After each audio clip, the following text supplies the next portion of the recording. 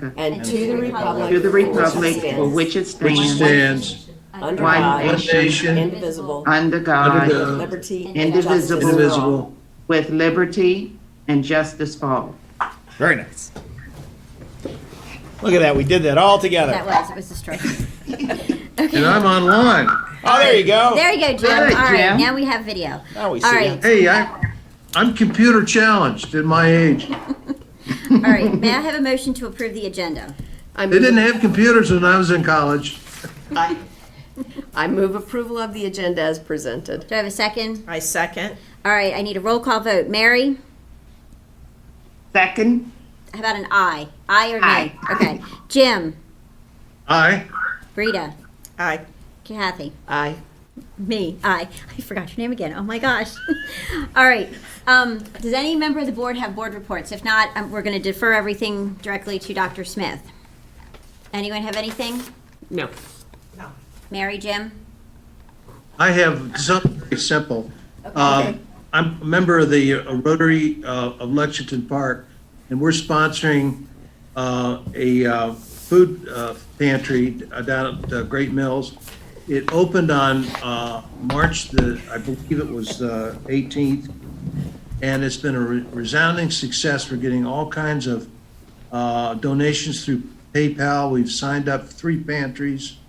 We've shipped out 6,000 pounds of food to the community, and we're getting requests for other pantries to sign up, so we're doing very well. That's all I have. Okay. All right, Nagina, do you have anything from your student body population? So week 3 of online learning, and it's been quite an adjustment, but I think everyone likes being a little busier and getting grades back into hack, and 4th quarter started, so I think we're as good as we can be under the circumstances we're in. Okay, that's good. All right, then with that, we will go directly to the superintendent's report. Hey, good morning. I wish I had something to report as far as I've been out and about, and we've had great meetings, and we've talked to a whole bunch of people, and we've been, but no, we've been in the office.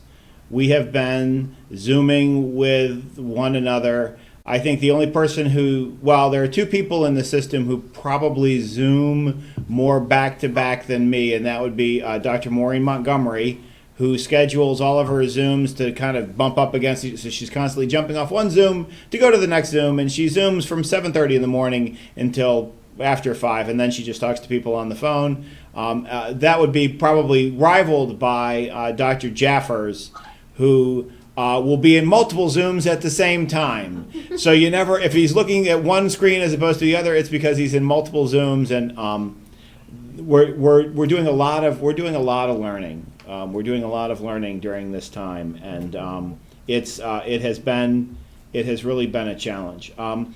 The big thing that we have been working on and talking about and discussing, and specifically really discussing this week with the actual stakeholders in the process, with some senior leader students at the schools, is how we're ending this year, and very specifically commencement.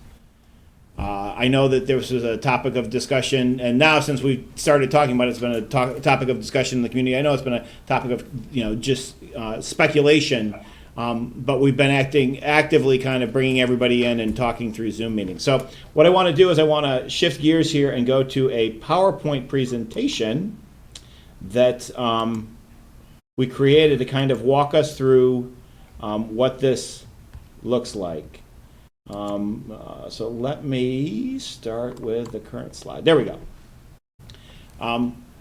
To understand where we are with commencement is to have to take 2 steps back and understand where the state of Maryland is with regard to the pandemic response to COVID. We started this week in particular with Zooming with student leaders from all 3 of the high schools. And so Dr. Marr did a screen capture of all of their faces as we were talking with them. You'll see that we have Principal Mills in the Zoom, and we have Principal Summers in the Zoom, and we have Principal Jacob in the Zoom, so each one of them were on. Not the most flattering photo, but he took it as a still shot. We needed to talk to them about commencement, and really what we really had to do is discuss where we were as a state. So last week, Governor Hogan presented the roadmap to recovery, Maryland Strong, where we were, what this is all about, and I'm sure that the people watching this video you couldn't have not heard about this because it infiltrated and proliferated all of the platforms and all of the things. It started with 4 building blocks. The 4 building blocks are very similar to the federal building blocks. These are things that we must all be working on while we are in isolation so that we can get ourselves out of distancing, social distancing, and back towards some bit of normalcy. Testing capacity, hospital surge. You certainly heard that the governor has acquired 500,000 testing kits from outside sources, and if you can't have gone past the hospital and not see that they're building tents to really buildings to handle what might come as a surge. There's been an ongoing discussion about personal protective equipment, and we are now as a state. First we were as a county, and then as a state. You have to have face coverings to go anywhere publicly. And then I think the next thing that we're really going to all be talking about is contact tracing, is how we follow where people have been if we find that they have indeed been infected or might have been exposed. I will tell you it's fairly eye-opening to recognize how much data is out there on where our cell phones go. Not necessarily where I went, but it turns out that my cell phone might have gone to Starbucks on Saturday and Sunday morning. So, so we'll leave it at that. So there's building blocks. The plan lays out 3 stages. And there's been a lot of discussion about stage 1, getting to stage 1. And there have been multiple states that have moved to a version of stage 1 and perhaps even further. But in Maryland, the conversation has been about moving to stage 1 and understanding what stage 1 means, which is, at its core, it's lifting the stay-at-home order so that you can travel a bit more freely about, reopening some small business. Somebody has a dog.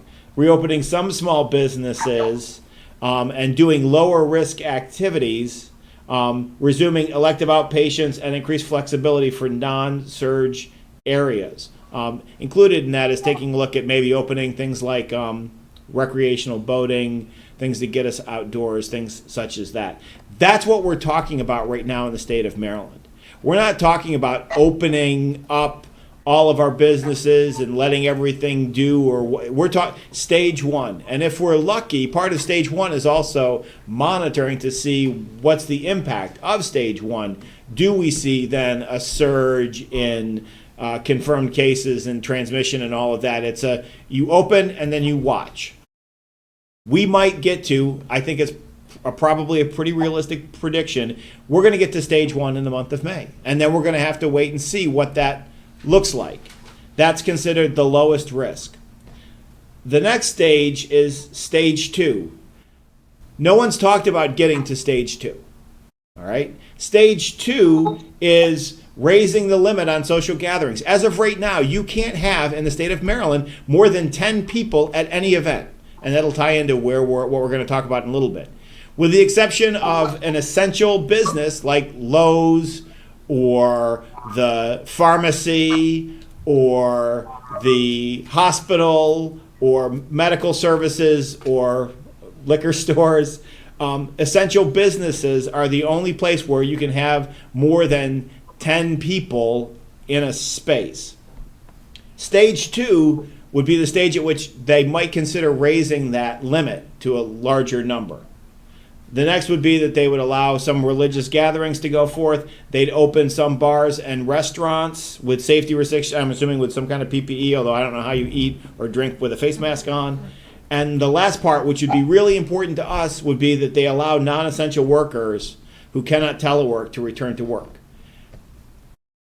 Everyone has to realize that the school system is in right now, there's nobody at any building. We've made sure that our there might be a building service manager going in and checking. There might be a principal going in and getting some work. There might be a nurse responding to or retrieving something for a particular student. But all of our buildings are closed, and all of our workers are teleworking to the extent possible. And anybody who's coming in we're considering them emergency workers. So the schools won't have people back in them until we go to stage 1, have that all be successful, and move to stage 2.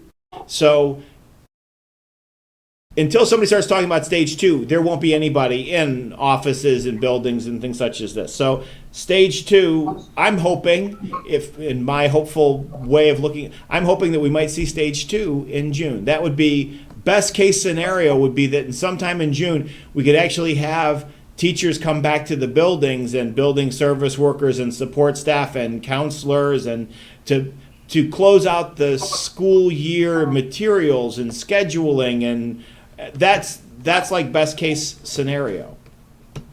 Stage 3 is where we start talking about large gatherings, which are end of year celebrations, promotion ceremonies, commencement ceremonies, recognitions, and that stage 3 is considered high risk. It includes high capacity bars and restaurants, lessening all the restrictions, letting families actually go to nursing homes, larger religious gatherings. Everybody needs to understand that that's when we would be able to hold commencement. That's when we would be able to hold some kind of a ceremony where even a handful of parents would be able to come out and see their kids walk across the stage or be recognized. And in stage 3, if you read the governor's report, the whole plan, it says there is no realistic timeline yet for any of this. Because before they do that, they want to see an approved vaccine and effective therapeutics to rescue patients with significant challenges. So stage 3 might not happen in 2020. We might not get there. And read the plan. Understand that that's the plan. So given all of this, understanding how all of this works, understanding that this is exactly what was explicitly laid out for everybody, it's our responsibility to then bring this back to these kids to say, hey, seniors, we're still at social distancing. We're not even to stage 1. There's no timeline to getting to stage 3. What can we do? So the big announcement, and this shouldn't be an announcement, and yet it's going to be an announcement. There's not going to be a traditional commencement. There cannot be a traditional commencement for the class of 2020. This is something that everybody's probably already known. This is something that all the colleges and universities have basically already expressed to people that there won't be anything. I don't know that school systems have explicitly stated it. I know that the state superintendent hasn't explicitly stated it, but there isn't. There's no way that we get to stage 3 in the next 4 weeks. So we have a timeline. And our timeline is that all seniors are done with all their classwork on May 19th. All coursework, everything's done by May 19th. All of the final lists and everything of completing everything is due by May 22nd.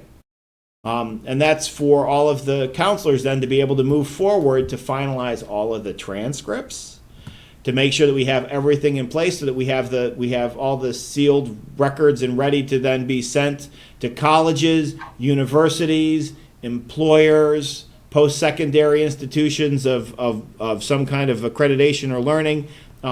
That's May 22nd. And everybody is supposed to have been graduated and done by the first week in June. So that's what we talked about with these kids, is like, so what can we do? So we had 7 things that we really are considering. Because first of all, we want to do something for our kids. The whole community needs to find something that's really positive and rally around it and lean into. And so here are the things that we considered. The first was, it's got to be equitable and consistent. It can't be, this is what Leonardtown's doing, this is what Chopticon's doing, this is what Great Mills is doing. Because recognize that right now, Chopticon, Great Mills, and Leonardtown can't do anything. They don't have a staff. Everybody is spread out. They can't go into the building. They can't do anything. So it comes to us to have a conversation about that. Whatever we do, we have to follow all of the social distancing protocols that are in place. And I spoke with Dr. Brewster yesterday, who wants to be supportive in any way possible to come up with something to recognize the class of 2020. She absolutely, positively wants to do everything that she can, we all can. But there can't be more than 10 people at an event unless it's an essential business. And right now, this isn't considered essential business. So whatever we have to do has to follow this 10-person protocol. We need to honor the school traditions. Each school does graduation in a different way, has different people speak, has a different progression, everybody has their own traditions toward the end of the school. We want to honor them to the greatest extent possible. Our ultimate goal is to create something that's memorable, something that they can hold on to, something that records the last time that we have with these incredible young ladies and young men as they close out their 12 and sometimes 13 years. When we were on that first Zoom, I asked everybody to raise their hand if they've been with St. Mary's County Public Schools since kindergarten, and almost 3/4 of them did. I mean, they've been with us for just such a long time. The next is we need to provide an opportunity for friends, family, and the community to share. So whatever we have to do, we want it to be able so that everybody can see it in some way, can contribute in some way. We need to capitalize all of our technology. We have to recognize that we have the ability to video stream across multiple platforms and a cable system. And then ultimately, we have to recognize that where we are right now, we have to do things in a centralized fashion because we're on social distancing. So, what we have come up with for a plan, and it is a flexible plan, and it is an evolving plan, and it is a responsive plan. It will be modified as things happen within the larger community, and with, as we've said before, we don't really know what's going to happen next until we tune into Twitter. And so when we tune into Twitter, if suddenly somebody goes, hey, we're at stage 3, awesome. We will shift gears and we will figure out a way to have an incredible event. But if we have somebody that says, hey, we're tentatively easing our way into stage 1 and we're going to really watch what happens for the next 3 weeks, this will align to that protocol and that timeline. So what we would do is we would figure out a schedule to call in the seniors at whatever number is deemed appropriate by the health department. We can call in more kids than the 10 to an event as long as everybody stays in their cars. That's kind of like the car queue that you see when we're lining up to receive things. When we've been handing out food and things like that, you'll see quite a queue. That's what we can establish. The queue can be as long as the queue needs to be.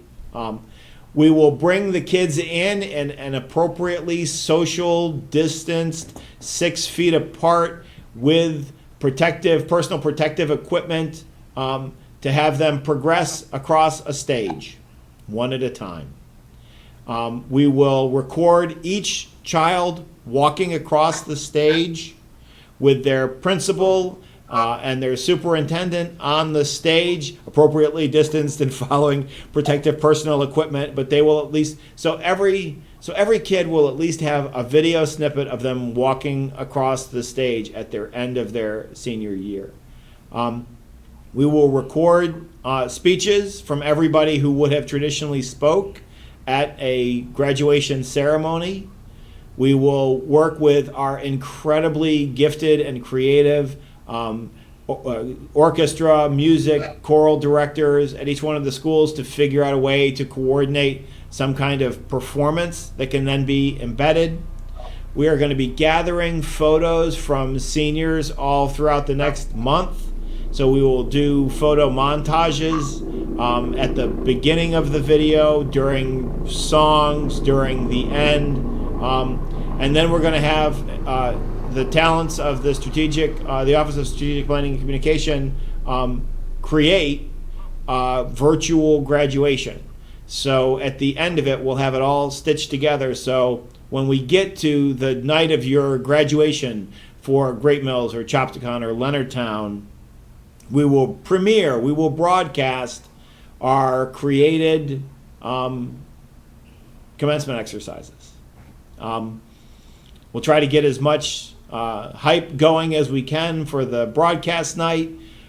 Seniors would be able then in their home to watch it, to Zoom it, to do whatever. Once it's created, it'll be uploaded and digitally archived. We'll make DVDs afterwards to be sent far and wide, but it will at least give everybody something at the end of this year. Is it perfect? No. Does it accommodate having live audience to be there? No.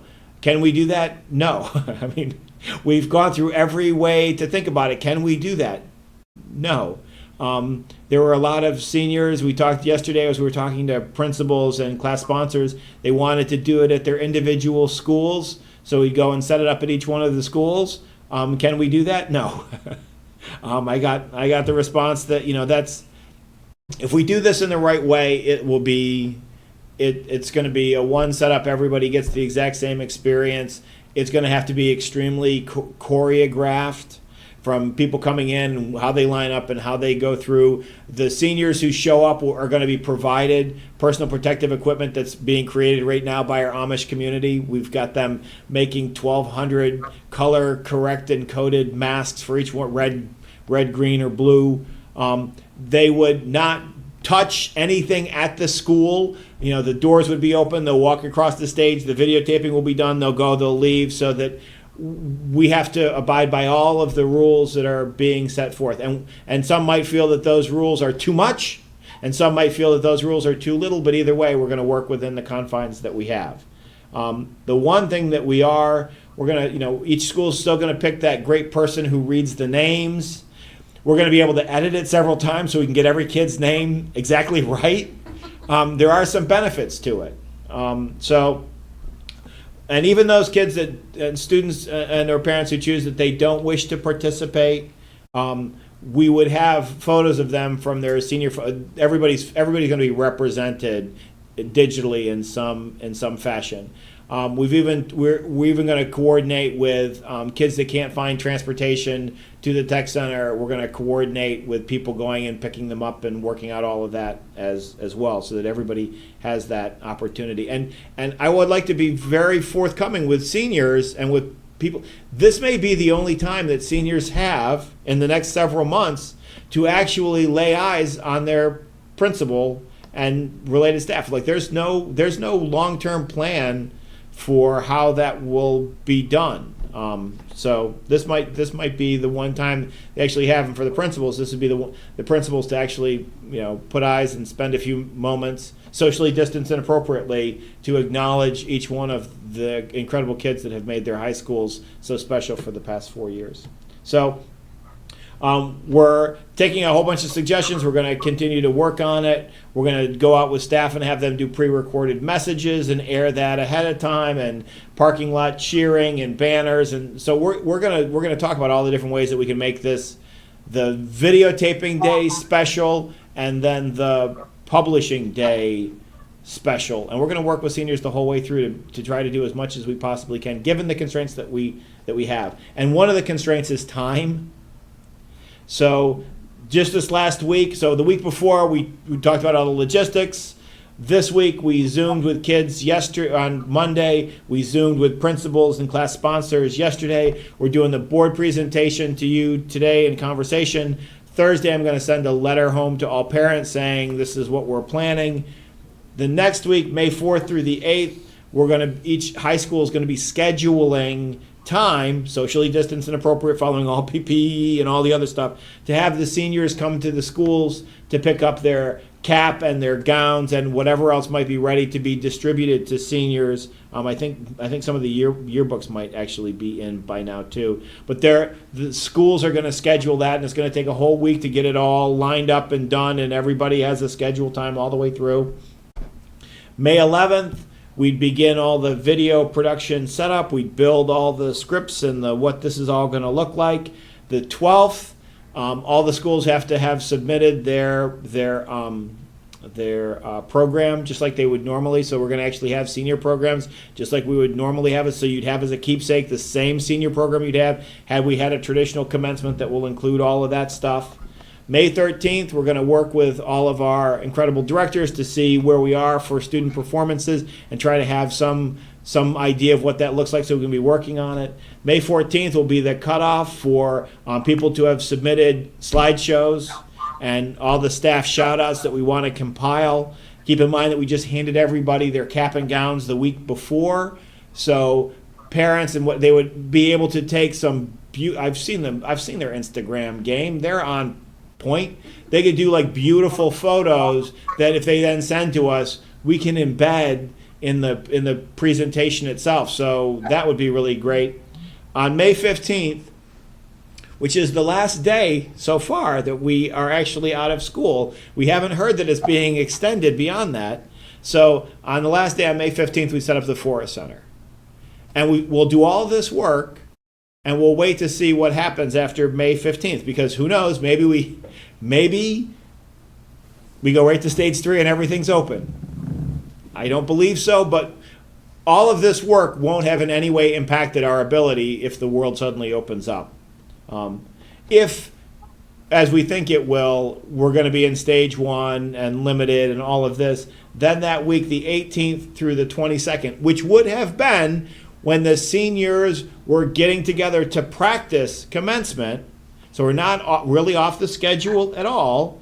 On May 18th, we'd have all of the students come in to record their speeches on the stage behind the podium with great lighting and perfect sound.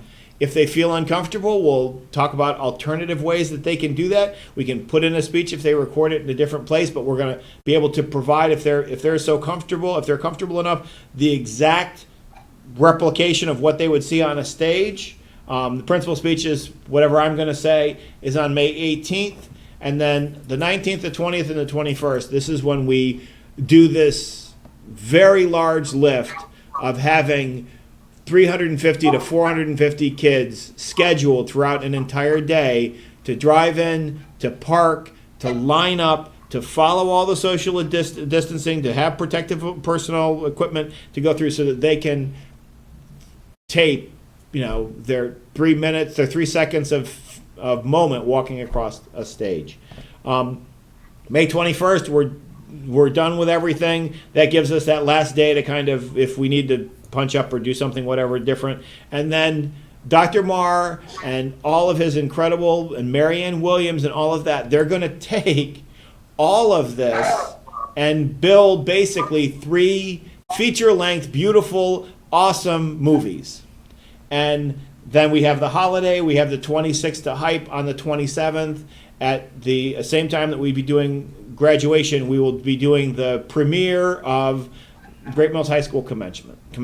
And it, of course, would go out on our cable and our YouTube and any social media sites that we can. We'll talk, see about communities and members, and if they can, we can run it in businesses that are open and things such as that. But we can all be part of that. So Great Mills has its very special night where it's all about Great Mills. Chopticon has its very special night where it's all about Chopticon, and Leonardtown has its very special night and it's all about Leonardtown.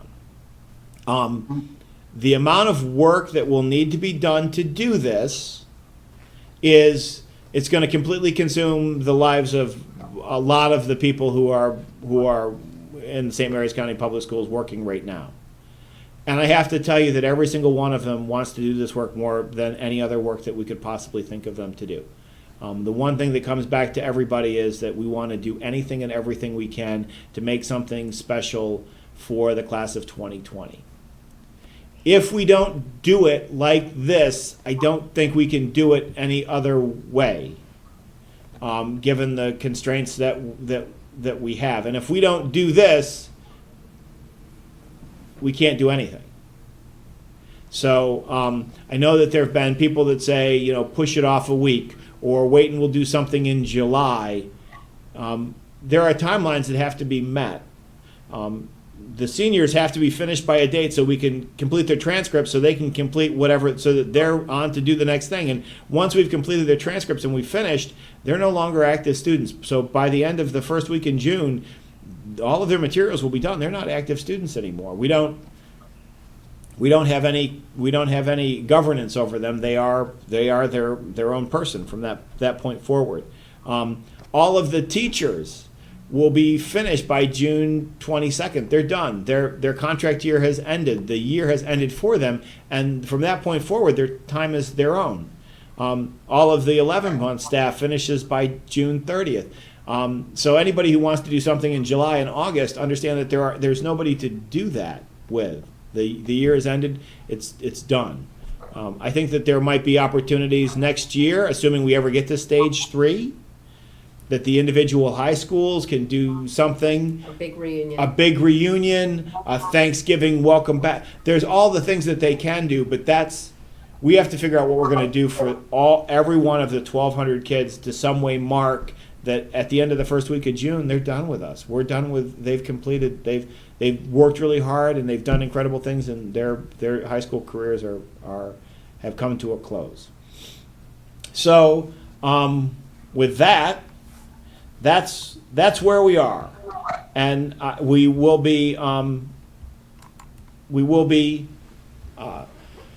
sending a letter home to parents, kind of outlining that there isn't going to be a traditional commencement, and that this is the timeline that we're looking to follow, and that this is indeed the plan. And I know that we're going to have some people who support and understand and are thankful for what we're trying to do. There's going to be some people who probably feel very strongly that they don't want to expose themselves or their children to any larger risk.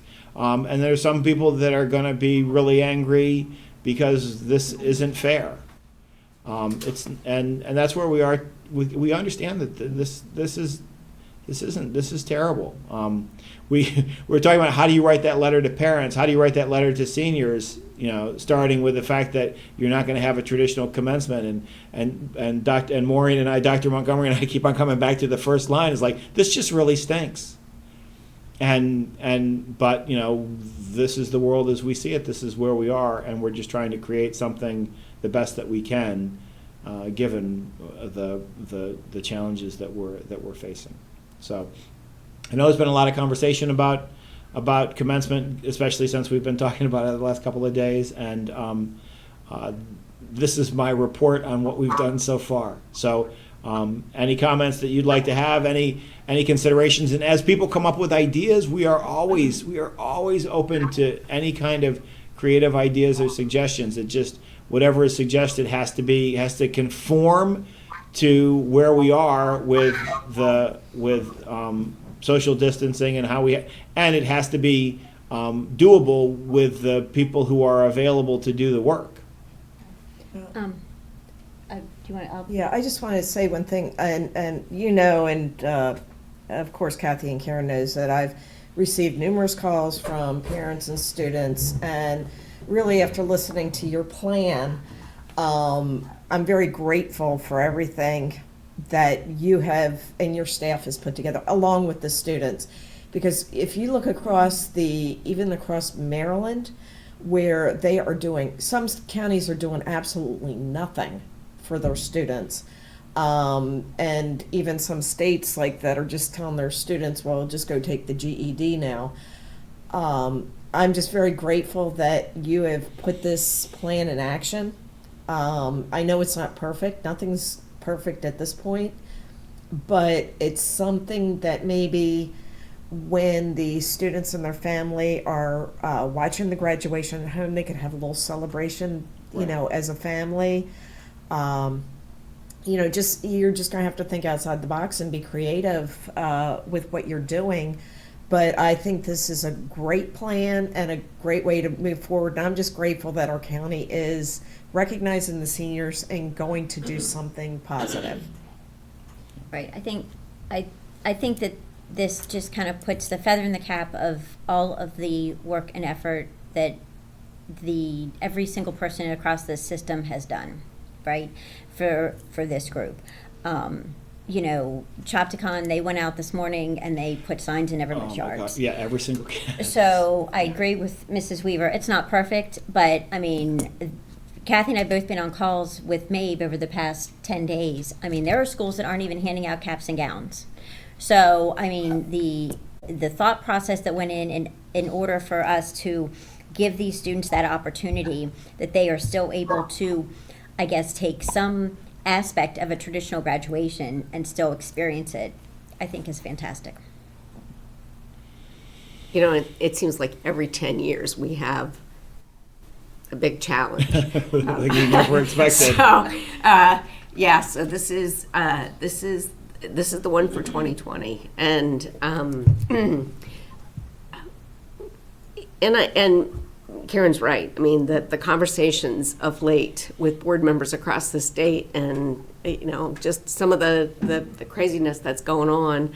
It is a challenge. I think that you have worked to listen to all of the stakeholders, and it isn't perfect, but this is the class that's going to get to say, Yeah, you know, they will be an incredibly remembered class. absolutely. You know. And so it's their opportunity to you know, kind of come up with some new ideas, new traditions. I can see having Zoom parties to watch graduation with your friends, and you know, so this class is very creative. They will figure out things to do.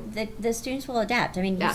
we see them adapting every single Oh day. my gosh. Right? I mean, so for all I know, there's going to be one huge TikTok in the parking lot at the tech center while they're all staged. You know, I mean, look at Nagina. She's laughing at me. They're She like, they're knows. already trying to figure out how to do exactly. I TikToks. mean, they're probably all figuring out which one they can do right now. So, you know, it's just, I mean, I think it's incredible that we are able to give them this opportunity. And I just would like to remind everyone that Governor Hogan has given a lot of authority to each health officer within each county. So it's not solely our decision. Every single thing, and I don't know, Scott, if you alluded to this enough in your presentation, but all of this had to be, you know, vetted through and quote unquote approved by the health department. So this and this is what we could get. Right. Right. Before And we so it does not look perfect. It is not what everyone expects it to be, but it is what, you know, we are able to do, and she has the trust in us that we will be able to execute it while still working within the parameters that have been outlined. Yeah, once we have all of it paced out and set up, then of course I'm going to reach directly out to Dr. Brewster and have her come and make sure that she approves exactly the way. Because when talking to her yesterday, she said, of course, you can't have more than 10 people at an event, but they can certainly be lined up in a car queue, and you have to follow all the PPE. And ideally, if you could have everybody walk through and not have to touch anything, that's the ideal, and that's exactly what we'll build. Right. So, I mean, thank you for everyone, you know, and thank you to the students too, you know, who voiced their opinion and helped craft it. And, you know, I completely understand it's not ideal, but I mean, it is something, and in the world that we are in right now, it's the absolute best that we could hope for, you know, and the fact that we have people in the system that are willing to work pretty much nonstop for 3 weeks in order to make it happen for 1,500 kids is fabulous. And I will say that, you know, with Mrs. Weaver and I both being nurses, there are a lot of people out there who think there's not that many cases in St. Mary's County. It's not that big a deal. This is one of the most destructive viruses that I have seen in my professional career, in my lifetime. And the last thing we want to do is bring everybody together and have those silent carriers then infect a parent, a grandparent, a child, a baby, and have somebody lose a life because we're trying to do something. And I will say every life matters. So this is what we've got. All right, Jim, Mary, Magina, anyone? Yes, I have a question for Dr. Smith and Dr. Walker.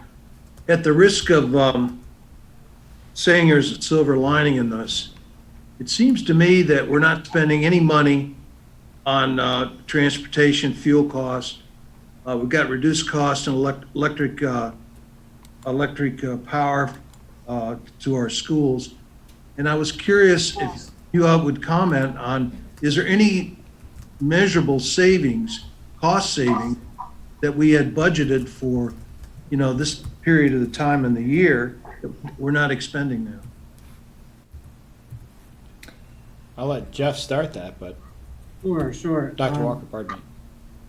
Thank you, Mr. Davis. So we are in the process of going through each department's budget and identifying any reductions or changes to encumbrances that can be made because of the change to the school year. We're trying to be careful, though, because at this point, we don't know what happens after May 15th.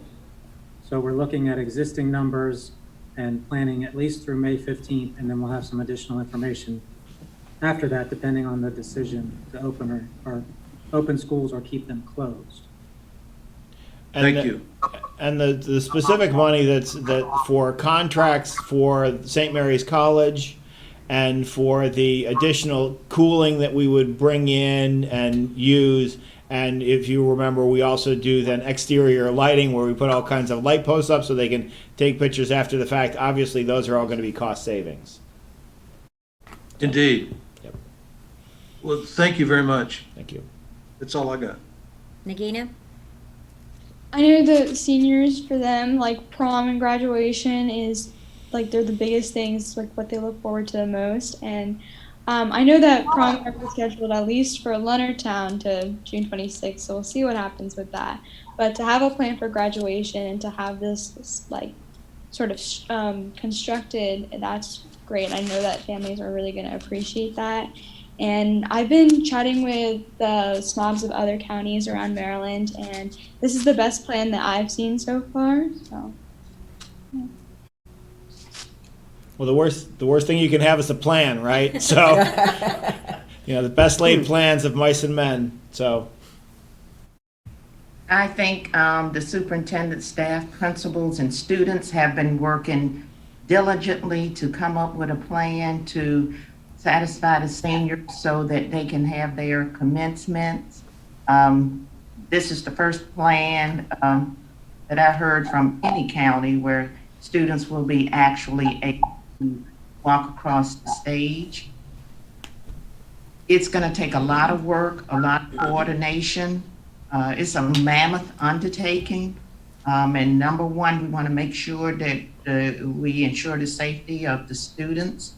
And based on what I heard, because I can't hear everything as clearly as I would like, once you get the plan together, you're going to give the plan to the Dr. Brewster, who is our health director for the county, and see if it fits in with what the governor's plans are. Is that correct? oh, absolutely. So I spoke with Dr. Brewster yesterday just to kind of go through where we were and what we were planning. She very specifically gave the direction that it can only be 10 people at an event, but there could be a car queue. You get out of the car, you have the event, you get back in the car and drive off. And that's where she spoke specifically about the extent to which you can have the whole event go through without requiring anybody to touch anything. That's key. That's why the Forest Center is really the only location that's ideal for that. There's a courtyard, there's a door right into the doorman room where the stage would be. There's a door right out of the doorman room on the other side. So kids can go right across up the stage and then right out. They're just walking basically through one completely contained room. So there's no more exposure beyond that. So before we get before we actually start the logistics, and I will obviously reach out to Dr. Brewster, we'll go and walk the space, and hopefully she'll be able to make sure that we're assisting and covering everything that we need to be covering. Okay, thank you. Absolutely. All right. Well, All right, that was possibly your longest report ever. babe. that's Good job. It could have been an information item, but there was no possible way because we still been. This is a work in progress. we did the Zoom meeting with kids on Monday and faculty on Tuesday and you today. And so like this is, we're going through it. So thank you very much. All right, no recognitions, public hearing, no public comment. That's correct. All right, may I have a motion to approve the consent agenda? I move approval of the consent agenda as presented. Do I have a second? I second. All right, Kathy.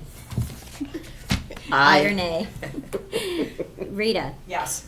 Jim? Aye. Mary? Aye. Myself, aye. All right, motion is passed. We have no action items, but we do have 3 information items. So we will begin with School Library Month. All right, let me start my screen share. I see we have Miss Wysakinski with us. Welcome. Let me pull up the right presentation and let me, come on, stop. Okay. Keep saying, wait a second. Gotta move this stupid thing. Slideshow from beginning. Okay, there we go. Hey, good morning, everyone. April is School Library Month across the United States. April 4th was actually National School Librarian Day, and last week concluded School Librarian Week. So I just want to take some time to recognize what we do here at the library. So the theme for 2020 is Find Your Place at the Library. So given these times, it's been kind of a challenge because we're trying to find our place virtually within the library right now. So in finding our place, typically think of comfy spaces to read, classes coming in for lessons and book checkout. But right now we're learning that remotely, it is important that students are still able to access the material so that they can have a book with them and still connect while closed. So while schools are closed, even though libraries aren't physically open, this closure does highlight all of the digital resources that we have to offer in our libraries. If you have not visited the SMCPS Media website, I urge you to do so. We have all the latest access to free resources. Our website is now categorized by grade band, so that's easier for parents to find resources for their students while at home. During remote learning, we have gotten free access to several databases, several ebook repositories, and most notably, we have access to over 4,000 capstone ebooks, which are all audio, which is perfect for our students who may need some extra help in having a book read to them. And we also now have a webpage dedicated to content level educational websites, such as links to virtual field trips. Nice. I also want to recognize that, it's School Library Month, but we also want to recognize the St. Mary's County Public Library. The public library has shared with us some of the access that they are receiving during the school closure. They were actually one of my first contacts on March 13th, once the governor made the announcement. I also want to take time to note that we are in a partnership with the public library to get public library cards for all students in SMCPS. That was presented at a board meeting a few months ago, and we have now pushed that timeline up so that we are hoping to have these cards, these virtual library cards for every student in St. Mary's County Public Schools by the end of May, most likely mid-May, if we can get this together. So I'm excited about that because I think right now is an opportunity to open this access when kids need it the most while we're at home. And then media specialists' role during online learning. Right now, our media specialists are frontline tech support. So they are triaging the needs of teachers, triaging the needs of students. If they are not able to support, then my media specialists are knowledgeable in who in the school system can best serve the teachers and the staff in the building. And additionally, they are vetting and creating online resources to add to the website.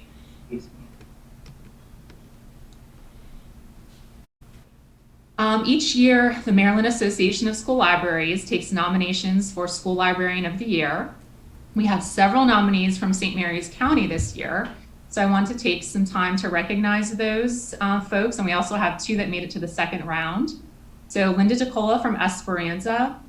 We have April Wathen from Letty Dent. So those 2 individuals were chosen for the second round. So congratulations to Linda and April.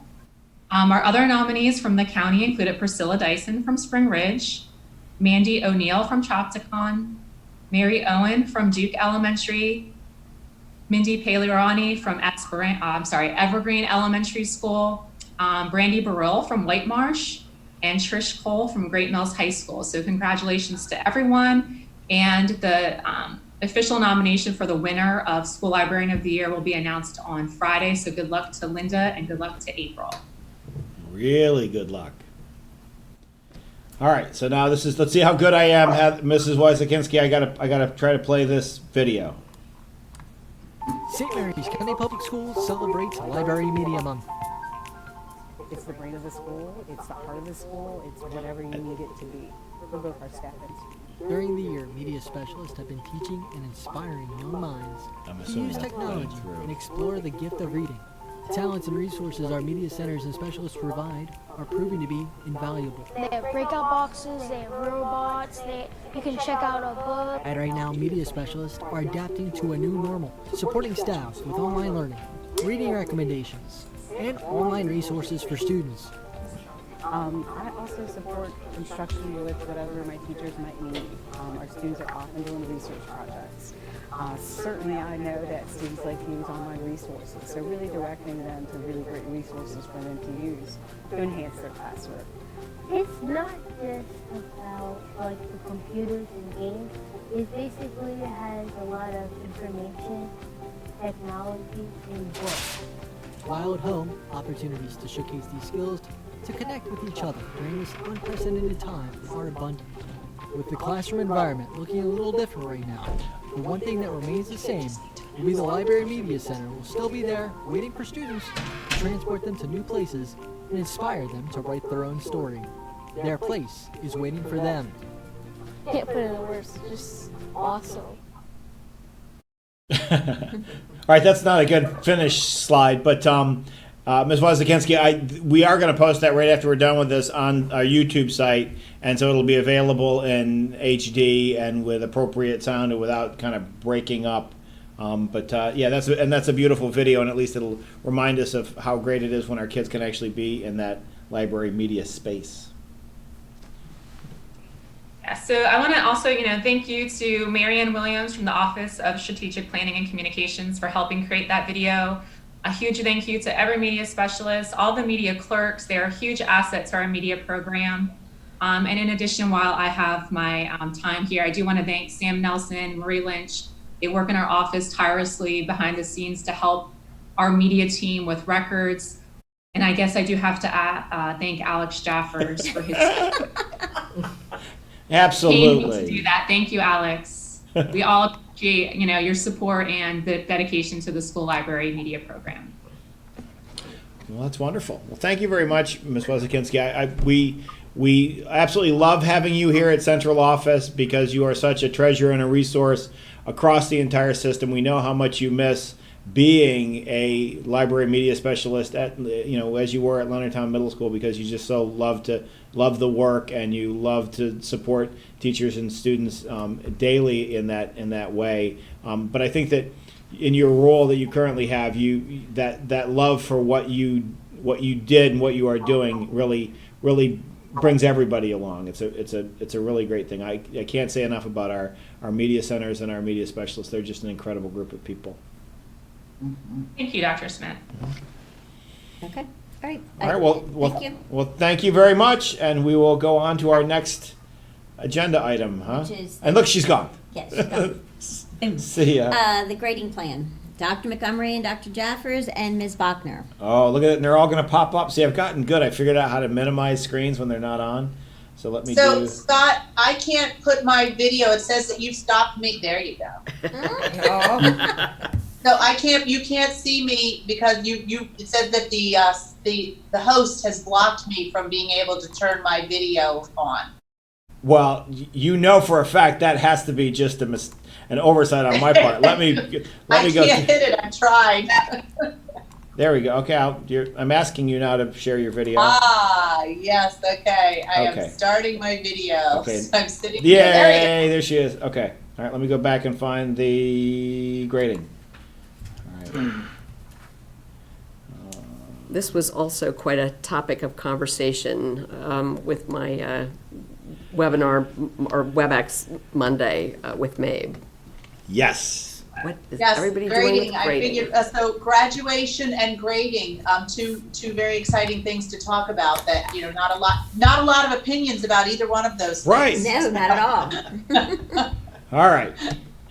All right, so what's hard about Zoom is that you really can't read people's expressions on their faces and really tell, like, okay, should I stop talking or keep talking? So we decided that I was going to present today rather than Dr. Jaffers or Ms. Bachner, and they're going to jump in if they need to along the way.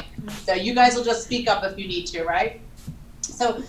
And this is something definitely that our teachers were very anxious as soon as we went into, this plan that we were going to have an extended school closure. Our teachers were very, very anxious to hear how we were going to handle grading. Our students were very anxious, our parents as well. So I'm glad we're having the opportunity to present it today.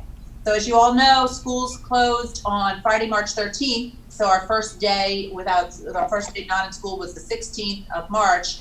And this grading plan that we put together is going to address third quarter grades and fourth quarter grades and how we're calculating and what we're doing for those things, as well as final grades. And as of right now, we're coming back to school on May the 18th, but this is, should schools remain closed beyond that, we have a plan so that everybody knows what is going to happen with grading. So for the third quarter, for marking period 3, marking period ended on Friday, March the 13th, which was 2 weeks early. And even though it was 2 weeks earlier than it was supposed to conclude, there were still 38 days available in marking period 3 for students to learn compared to the other two marking periods. In marking period 1, there were 43 days, and in marking period 2, there were 42 days. So marking period 3 was already a longer marking period than the other two. So even though we did lose 2 full weeks, we did not actually lose 10 days compared to what we've had in previous marking periods. So we're looking at for third quarter, because it ended early, we've asked teachers to look at recovery options due to the early ending and looking at what students do if they were not passing at the time that the marking period closed on March the 13th. So fourth quarter grades, we are looking at, as you know, students can work online in Imagine Learning if you're an elementary student, and Edgenuity if you're a middle or high school student. And we are looking at participation and progress. So if a student is participating each week and if they're making progress in the online platform or in the packets, the recovery options continue. So a teacher can actually look at what kind of recovery options a student would need for the third marking period. A teacher can go back into the first or the second marking period as well and look at recovery options for students. So they are still able to do that. And at the end of the fourth quarter, students will either earn a P for a pass or an I for incomplete. Now, you can have the way, especially, and I'm talking specifically for Edgenuity right now in our secondary courses, some of our students that we found they're going through maybe one course at a time.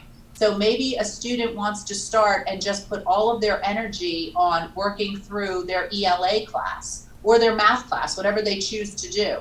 They do have the ability to do that. That's part of the flexibility of an online learning platform. So a student could theoretically earn, be looking each week and not touch a course until further into the marking period because they're working through their work one course at a time and still earn a P. It's not that they need to participate and progress for each course each week. They can, go back and forth, or they can choose to work through one, whatever they want to do. And later in the presentation, I'm going to talk about how we're notifying parents about a student's participation and progress. So, final grades, if schools remain closed. Each course final grade is generated by the average of marking periods 1, 2, and 3. So the average of marking period 1 and 1, 2, and 3 is going to give students a final grade for the year. That's what we are going to generate. We are considering that the floor. So a student's grade, whatever their average was for those 3 marking periods, will not go lower than what that average is. The fourth quarter, their participation and progress through the fourth quarter, where they earn a P or a pass, can elevate the final grade based on the student's progress throughout the fourth marking period content. So if a student is working diligently in that fourth marking period, a teacher can go back and elevate their final grade in the course based on what they've done for the fourth marking period. So feedback for parents and students, Maureen, teachers, of course. Wait, I have a Yes. question. On that final bullet for the fourth quarter pass to elevate the final grade, is that going to be a case where it's the teacher's sole discretion, or are the content supervisors going to provide parameters? The teachers, it is a teacher's discretion about what a student's grade is. Okay. So their average is going to, of the 3 marking periods, is going to create the lowest grade that they could possibly get for a fourth marking period. And for some students, maybe that's an A or a B and they're happy with that. Right.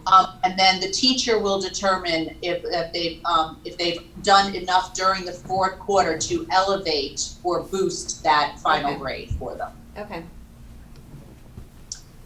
All right, so if schools remain closed, and we are thinking that that's probably the case, and so feedback for parents and students.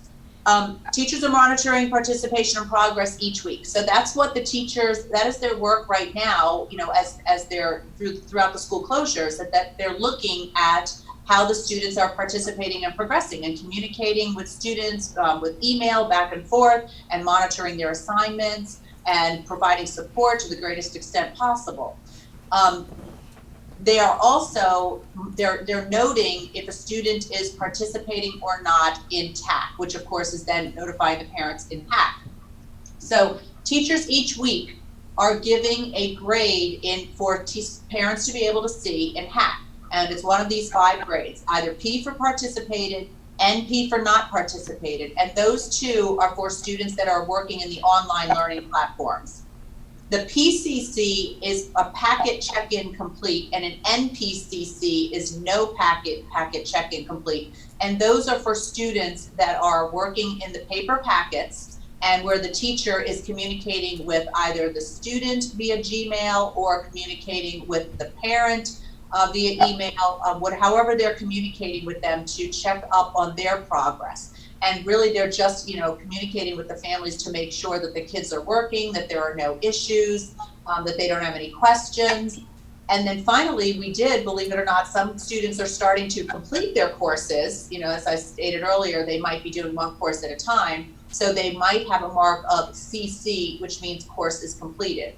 Now, getting a course complete does not mean that a teacher may not still provide additional assignments for students. So we have, you know, been working on additional assignments and things that kids can do, you know, to continue in that grade level content or to continue working through things or to have some challenges. I believe it's called Imagine Challenges that they can have. So there are other resources and things, but the CC just means that they have completed the content that we've loaded for, you know, for that particular course and grade level.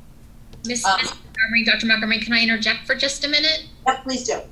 I just want to say that, as you know, that our kindergarten through 4th graders have standards-based report cards, so they don't necessarily use TAC and HAC. But they still have the same expectation as all teachers do, that they are to be communicating on a weekly basis with all the students' families, and to see where their progress is for participation and progress in either the online resource or the print packet. Great. Okay, very good.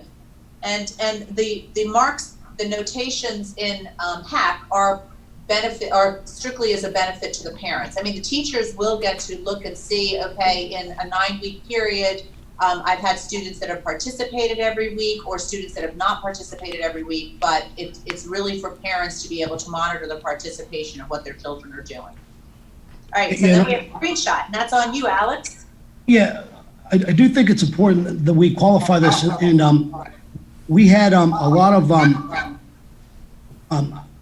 effort in getting this launched, the online platform. So what we didn't want to do is conflate the communication home with the online platform learning that we asked teachers to sort of facilitate. That's why we wanted to use Hack as our way of communication home for really our 5th graders and 6th graders, really secondary group and above. And what we have here is a screenshot of Hack. We didn't want to communicate directly about the progress and participation for students within each of those learning platforms. Again, we wanted to use Hack. It's our method of communication that we've had a lot of success using heretofore. So this idea is a screenshot of what our kids' families would see when they would get the reports home. The alpha marks of P and NP, as Maureen talked about before, just quantified the capture of the students' participation throughout the week.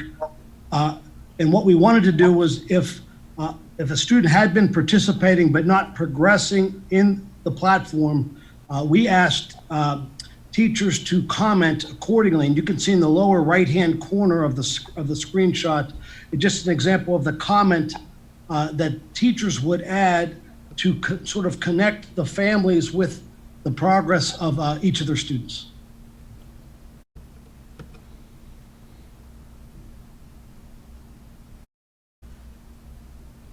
Okay, so for some additional information, for fall sports and eligibility, it's going to be based on a student's final grade. So that's how we are determining for fall sports and eligibility final grade. And we are working on summer school and what that could possibly look like. Of course, we have to be cognizant of whatever decisions the governor is going to make for our state and what we're able to do.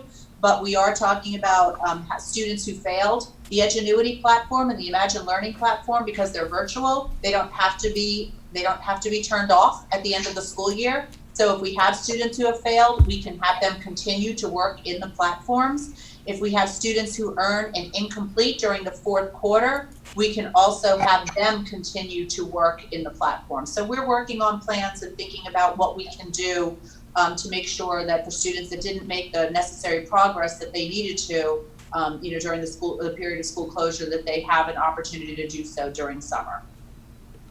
So questions and comments? I have a comment. I want to congratulate you that you allowed the teachers intervention when it comes to doing that arithmetic averaging, because as you said, towards the last period, the student may be showing great progress, and the fact that you allow the teachers that intervention, I think is really smart. I think it's a good move. Thank you, Mr. Davis. I have a question on the pass/incomplete, but when the student does pass, does that then turn into a letter grade, or does it just say pass income? Okay. It just stays as a pass. For the 4th quarter, the only thing that they will be earning is a pass, a P or an I for pass or incomplete. How does that affect students that will be leaving for college? Let's say they need to, I don't know, have, let's say if they're taking AP Physics or, something like that, and they want to count that towards. So the only thing that's ever communicated to a college, and the only thing that's ever transcripted, is just the final grade. Individual marking period grades are only for the edification of the individuals and parents and refrigerators. The only thing that goes into a transcript is the final grade. So that would be the only thing that would go forward to anybody who was graduating or transferring to another school. So they will have a final grade. They will all have a final grade. Okay. Yeah. The average of the first 3 marking periods gives them a final grade. Okay, And I then understand that. I working just really thought, hard during. Oh, sorry. Go ahead. I just thought that when you said pass, that was going to be their final outcome, pass. Yeah, no, but that's just for the 4th quarter. That's for the 4th quarter only. Okay. All right. Thank you. And I just have a question. So if the average of the first 3 quarters, let's say for a student, is like an 89%, so the teacher can go back and essentially bring it up to an A. Is that what you're saying? Yes, a teacher could. If a student, the teacher always has the flexibility to look at what the student did during the fourth quarter. If their average is an 89%, they can issue them an A. Yes, yes. And Right. Ms. The fourth quarter doesn't affect the GPA, really. It's just the first grade. It does not affect the final grade for the course, right? Unless it's going to positively affect it because the student worked hard and then the teacher came in and said that what you did during the fourth quarter can boost your final grade for that course. And that's the beauty of it, that in the fourth quarter, if a student participates and shows progress, then that 89 could easily become an A. So there is opportunity for students to improve their grade by participating in the fourth quarter.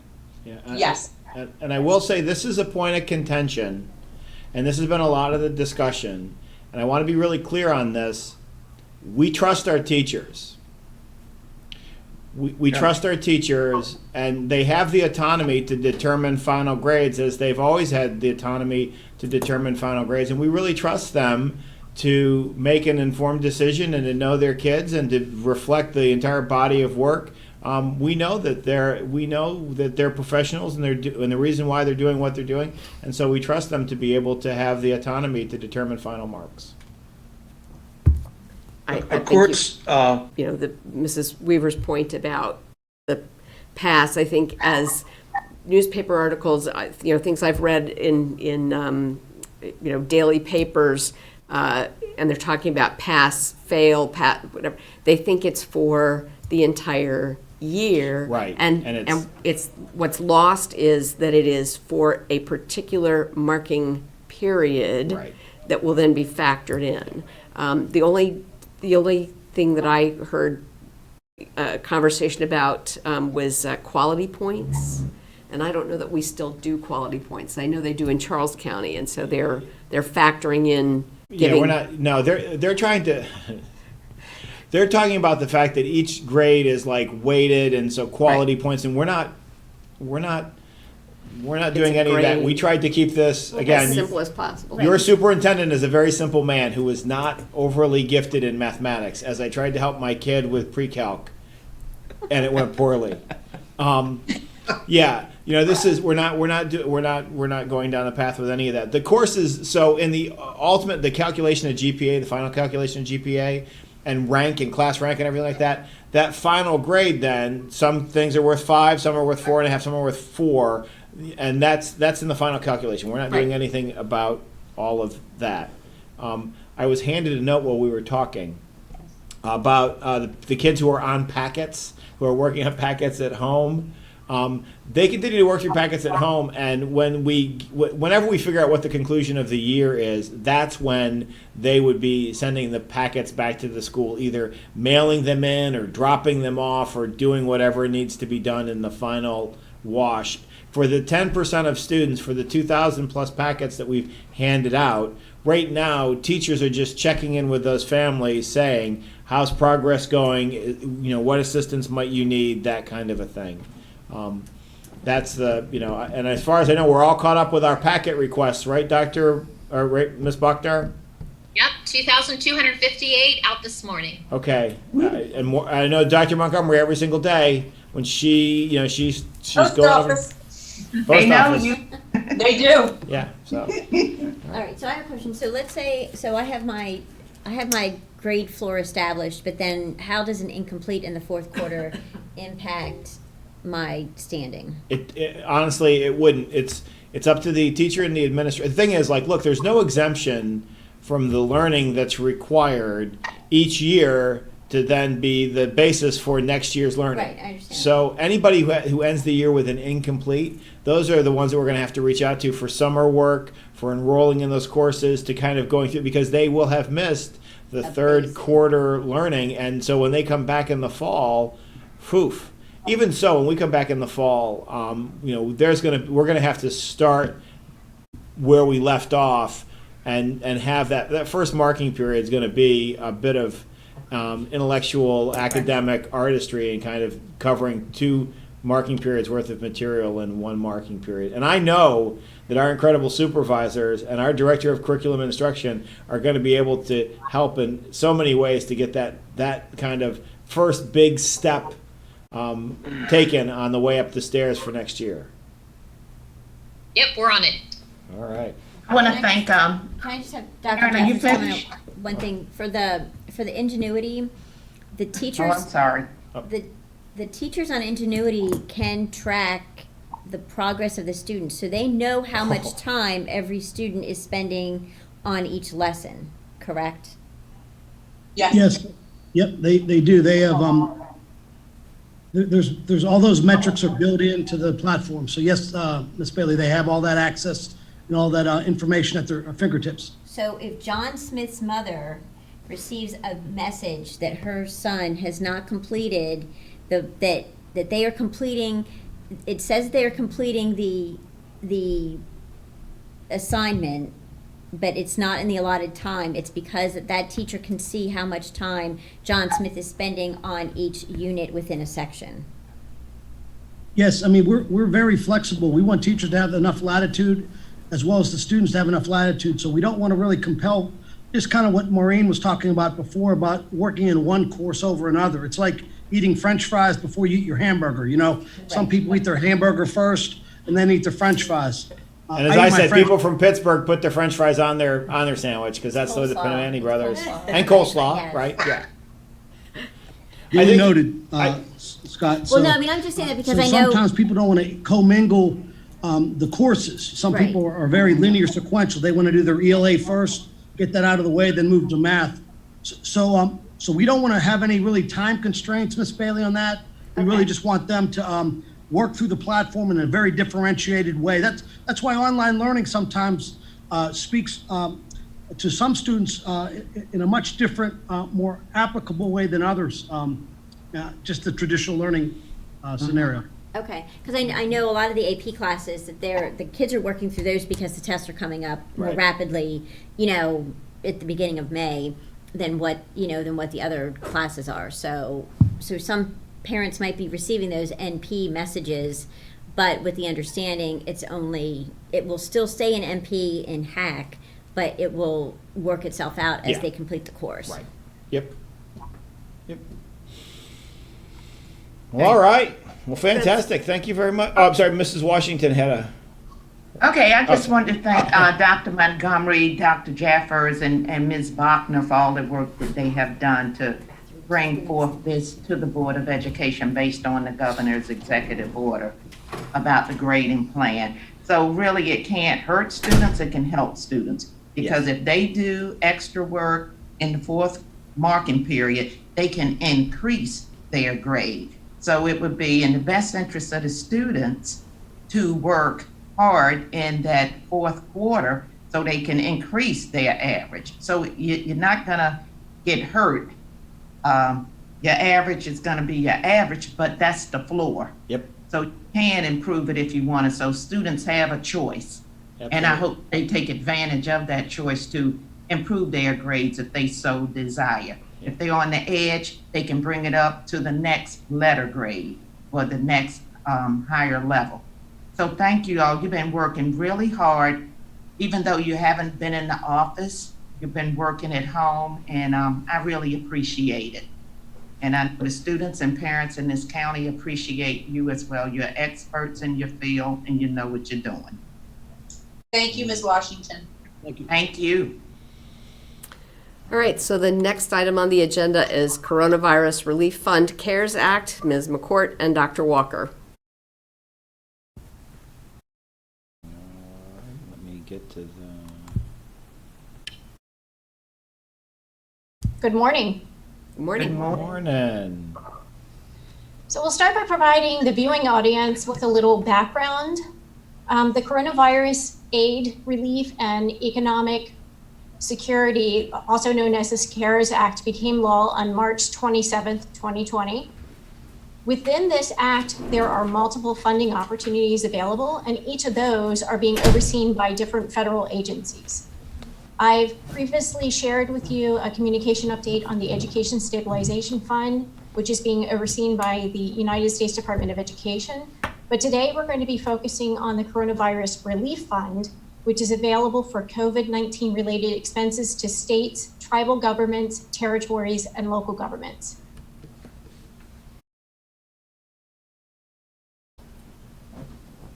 The coronavirus relief funds are being overseen and distributed by the United States Department of Treasury. The state of Maryland filed an application with the Department of Treasury on April 14th and expected to receive the funds by April 24th. The local governments were notified by the Maryland Department of Budget and Management on April 16th of the availability of $2.34 billion to the state of Maryland. And the portion available to St. Mary's County government, health department, and agencies is $19.8 million. We received notification on April 22nd via the county of the opportunity to submit a request for use of the funds. We submitted a request on April 24th in alignment with the established eligibility parameters communicated by the Department of Treasury on April 22nd. And we've had multiple exchanges of communication with both the county administrator and the county CFO over the past couple of days. The language on this slide is the exact text as found within the CARES Act, which provides a very high level overarching allowance of the Coronavirus Relief Fund for local governments. Specifically, one, it allows for necessary expenses incurred due to the public health emergency with respect to the coronavirus disease of 2019. Two, were not accounted for within the budget most recently approved as the date of enactment of the section for the state or government. And three, were expenses incurred during the period that begins on March 1st, 2020 and ends on December 30th, 2020. Then the State Department of Budget and Management provided additional guidance in their communication to the counties. Specifically, their guidance stated, preliminary guidance received from the federal government suggests that eligible spending must be directly related to expenditures incurred to address COVID-19 pandemic. And this could include things such as additional staff or staffing hours, cleaning or disinfection supplies, medical supplies like masks and personal protective equipment, and testing. And then finally, after a little research, I was able to locate a 4-page detailed guiding document that was issued by the Department of the Treasury. And the area of greatest opportunity to us was eligibility item number 4. And specifically that allowed for expenses of actions to facilitate compliance with COVID-19 related public health measures, such as expenses for food delivery to residents, expenses to facilitate distance learning, including technological improvements in connection with school closings, expenses to improve telework capabilities, and expenses of providing paid sick and paid family medical leave.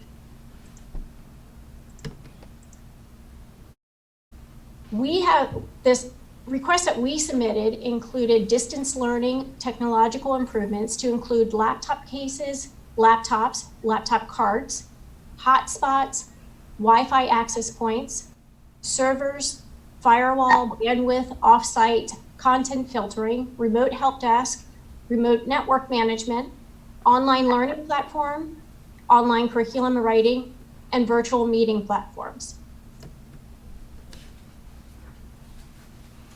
And I believe that Dr. Walker is going to go over the specifics. I am. So these computer models are similar to computer models we purchased in the past through a contract that the board has already approved. But we wanted to let you know kind of what we're looking at this point to increase the number of laptop computers available for students.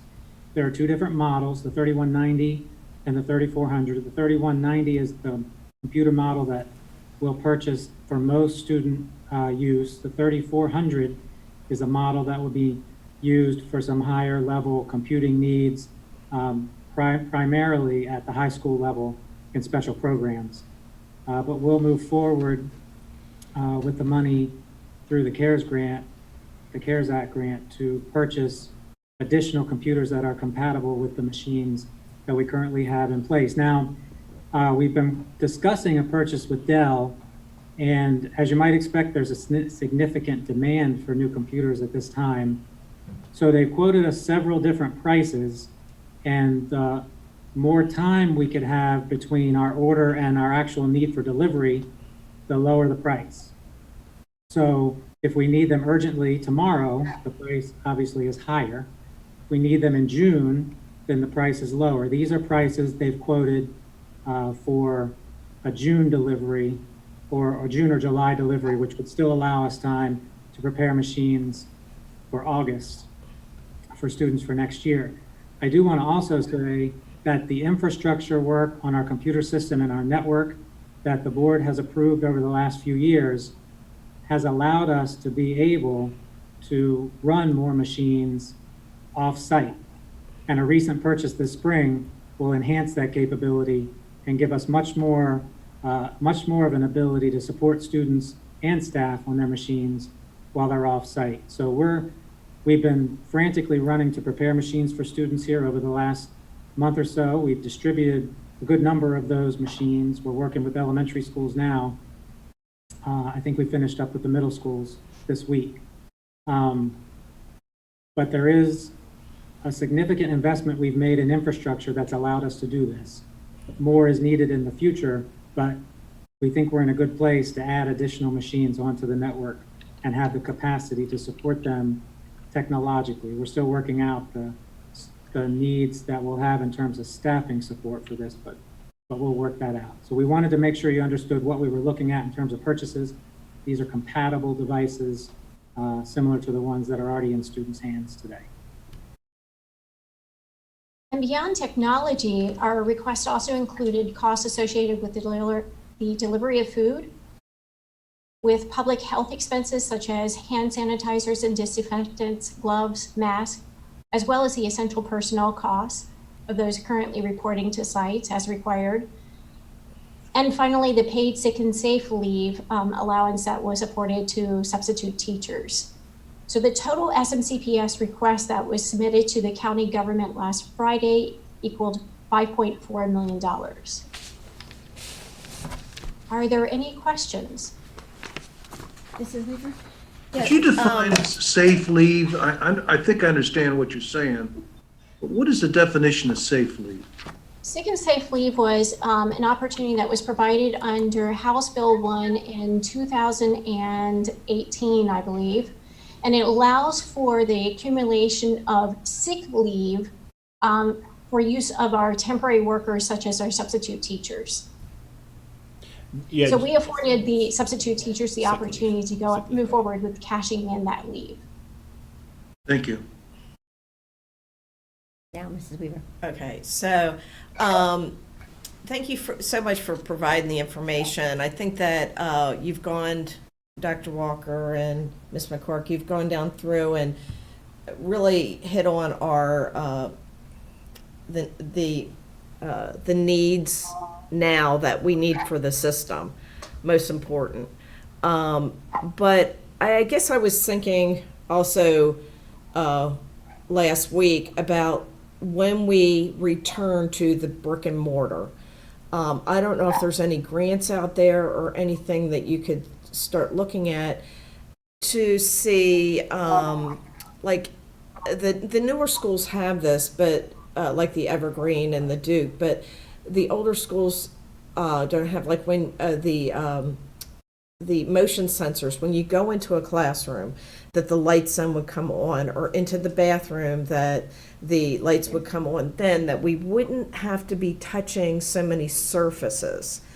You know, the sinks and the toilets, you know, that it would, you know, change things over to motion sensors. I'm just saying this is for in the future, as we then would start returning back to schools, that maybe if we could see if there's anything out there as far as grants or anything, I don't know, even if the CARES Act would even look at it to start changing some of our technology over to that. So the challenge with the CARES Act is that it's money that has to be expensed from March 1st until December 2020. So we have to have spent it during that time period, and then it has to fall into one of these categories. I think though, Dr. Walker, we do have motion sensor lights in all classrooms, don't we?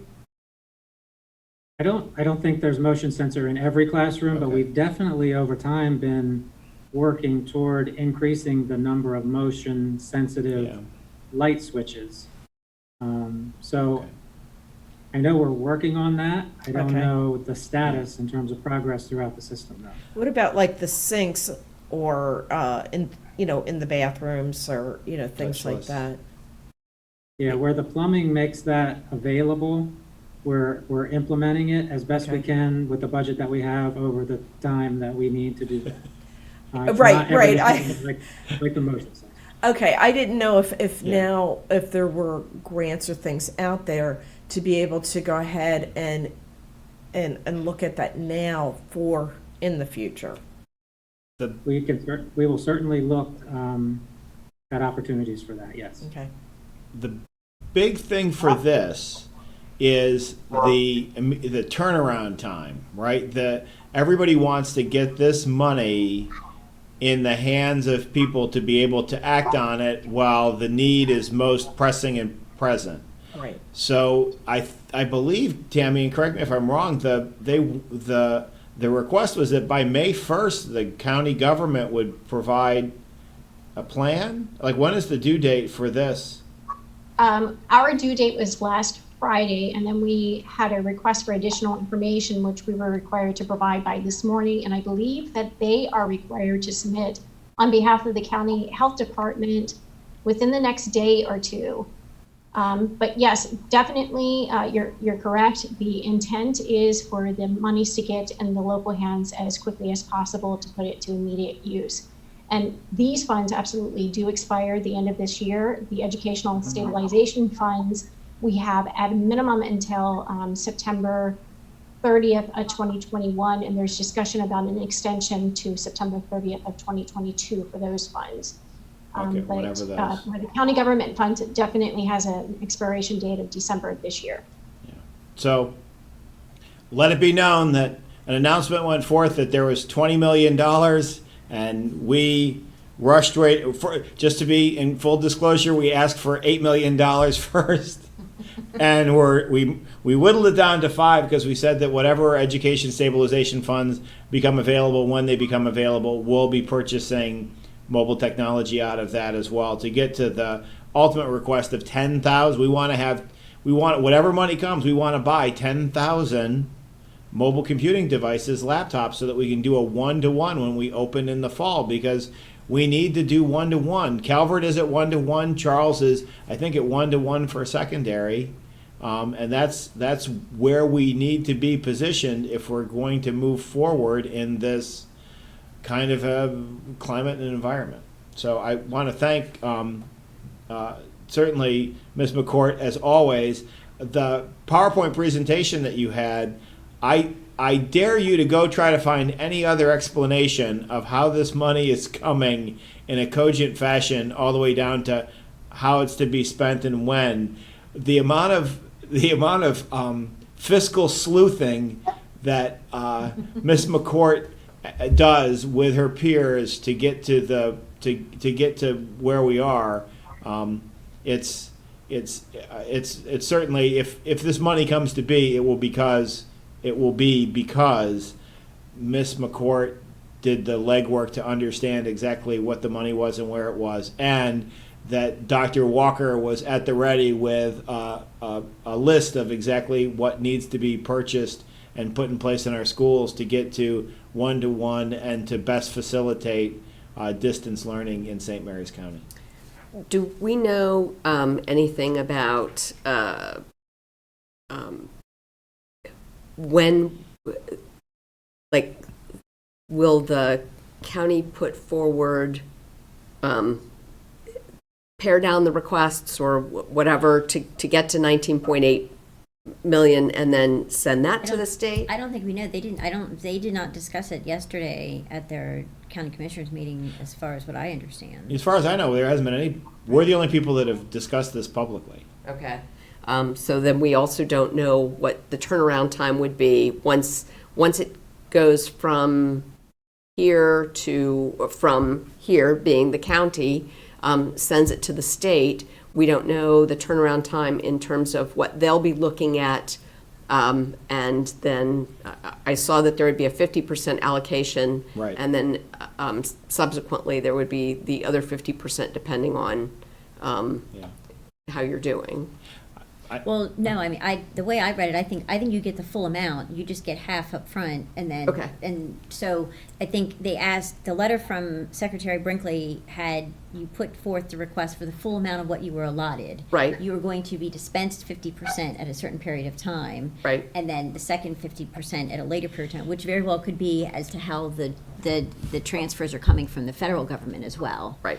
So but I think there's only one, like, we don't have to put in a second request for the second Right. 50%. I didn't think so. I just Okay. meant in terms of sort of the hierarchy or the triage of Who gets where, what, where, yeah. Right. I will share with you that MSDE has very clearly stated that as soon as they have their application available for the Education Stabilization Funds, which they hope to have out to the LEAs by this Friday, that they will be turning around immediately any applications that the LEAs have submitted. So they are anticipating turning them around very quickly, because that is the governor's request, that the funds get back out to the local agencies very quickly. And for the record, our application is whatever it looks like, we're ready to respond probably same day. Very good. Okay. I want to make sure I'm understanding this correctly. Okay, the county's going to get $19.8 million. Of that, we are requesting $5.4 million, correct? Yes. Yes. Okay, and what we plan on doing is are we buying laptops out of this money? The 10,000 that I think Superintendent Smith said, we're gonna buy 10,000 laptops, so we will have a 1-to-1 ratio?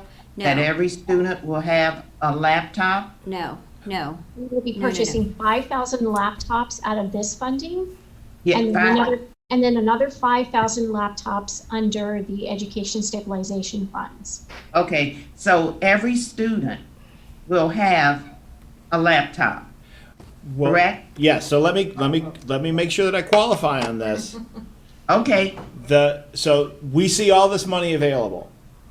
correct. They're asking us to submit what the costs would be relative to, so we're saying we need to buy 10,000 computers. If they Yes. approve this, we would then go forward and put in requisitions and order 10,000 computers. When they would be delivered, that's going to be something that's determined by the delivery chain and production chain and all of that. Once we have them, Dr. Walker asked me specifically to make sure that I made very clear that based on when they were in our hands and the staffing that we had, it would be our intention to get to a 1-to-1 rollout with secondary students in particular first, but all of it would be dependent on when it was delivered, what our staff was, and where we are. We don't want to over-promise, but the intention would be these funds come in, we've requested them, we would order, and in the fall we would be deploying as many laptops as we have received as quickly as we were able to get them ready. Is that about it there, Dr. Walker? Yes, sir. Right, Thank so, you. so Mary, So, Mary, there's two different, So is it gonna be based on need first? Because you ordering 10,000, but we have, just say, 18,000 students. okay, so So Mary, we on a keep need in, basis first, who needs them? right, Who so, needs a computer? right, so keep in mind, Mary, there's, Based on need first? right, just hold on. Because some students already have them. Right, so listen, there's two separate buckets of money that are coming through the CARES Act, okay? One is being administered by the Maryland State Department of Education, and one is Correct. being provided down through DBM, okay? And David Brinkley's office, and is coming through the county, okay? So in both of those requests, we are asking for additional computers, all right? Right? From two different buckets of money.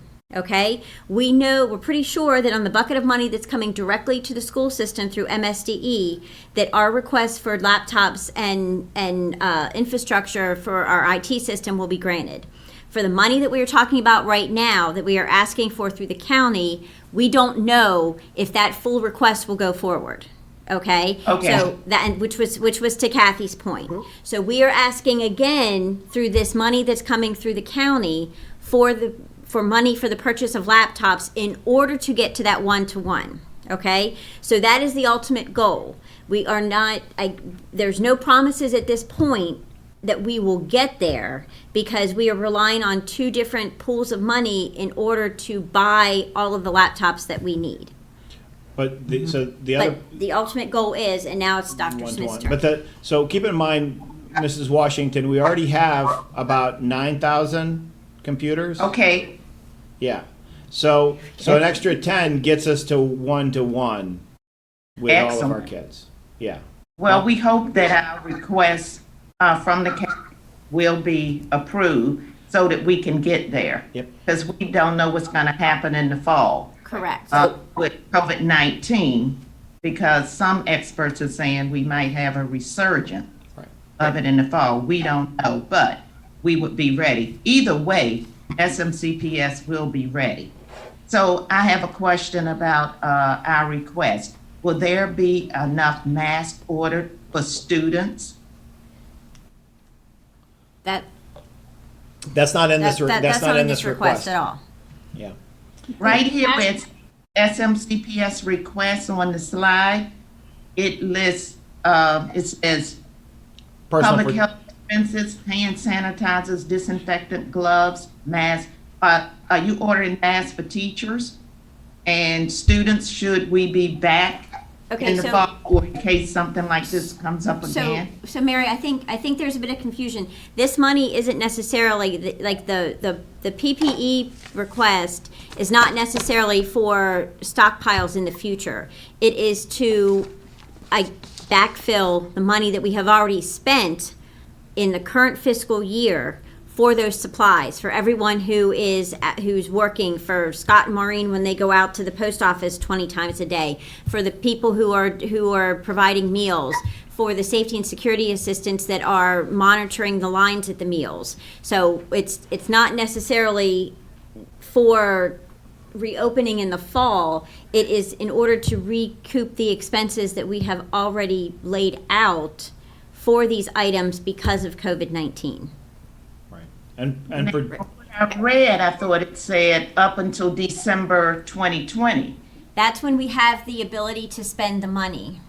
right. Well, but so personal protective equipment that we are that's in here that we're purchasing and moving forward. That's mostly oriented toward our staff. We haven't even considered for a second that we would then be providing a mask for every student. We'd have to provide a mask for every student every day. Right. And so I think we also have to remember, this is we're sort of getting ahead of everything. Right now, we don't know when students will be back in school, and when they are, we don't know what that's going to look like. So I think for right now, the most important thing for us is that we need to find a way to make sure that students who need computers will have them, so that as we're going back to school, whatever that's going to look like, starting in end of August, 1st of September, that whatever that's going to look like, that we will be ready for it. So right now, it is technology, because that's what we're having to provide at this moment. I don't know that we will be in phase 2, and even if we are in phase 2 by then, that's a lot of people to be in buildings. So let's take it one step at a time. I think the planning that staff have done in order to utilize these funds is right on the mark. With respect to the number of computers we have, please, people need to remember that we're not just providing students with these devices, but we have many staff members, the only way they're able to do their work is to have a system-issued laptop. So, as you're thinking of 18,000 students and the fact of, what that all encompasses, those computers will be rolled out appropriately when the time comes. Does that, Dr. Smith, pretty much yes, capture? absolutely. What we've laid out here is on the technology side, which is the big lift, which is the multi-million-dollar. That's all technology and future thinking. We have tacked on the other includable expenses that were outlined in the grant, which included reimbursement for pay and PPE. So the PPE that you see in gloves and masks and hand sanitizers, those are things that we're purchasing for staff that we have to have within our building, making sure we have multiple hand sanitizer units in schools, all of that, assuming that when we get to stage 3, whatever that looks like, that would kind of cover us. Okay. I appreciate the efforts of everyone who put this together, Mrs. McCourt, who did the extra research to get a better understanding. I support this, and we'll see what the future holds. And thank you, Dr. Walker, as well. Thank you. I got a question. By adding the computers, can we assume that we're also going to provide Wi-Fi access to all of the students as well that need it? Right. Also built into that cost is about 1,500 Verizon hotspots that would go out to homes without any kind of internet coverage, as well as expanding the Wi-Fi range in every single one of our school buildings so they become a Wi-Fi zone. So there is that little consideration. And then we're also, things are ongoing with the local Verizon and talking about the ways in which the resources are being made available to people out in the wider community. But that is at least built into some of this cost. Well, and I think, the fact that you provided us with the CARES Act grant request via the county with eligibility criteria, that was very helpful to be able to go through and see exactly how you have requested these, right? What you've requested. Excellent. Okay. Thank you. Anyone have anything else? Thank you, Tammy. Thank you, Dr. Walker. Thank you. Thank you. Thank you. All right. Thank Does you. anyone have anything else? No. Okay. The next board meeting is going to be on Wednesday, May 6th, which is a week from today. Okay, and we had moved it around because of the budget approval from the county and the pending graduations that was at the end of the month. So keep in mind, it most likely will not be at 9 a.m. So I know Scott and I have had initial discussions about maybe moving it to an evening time frame, just so we might get more people who can watch it via YouTube rather than having every single meeting at 10 o'clock in the morning. So that will all come out in the press release. Okay? Thank you. And with that, we are adjourned.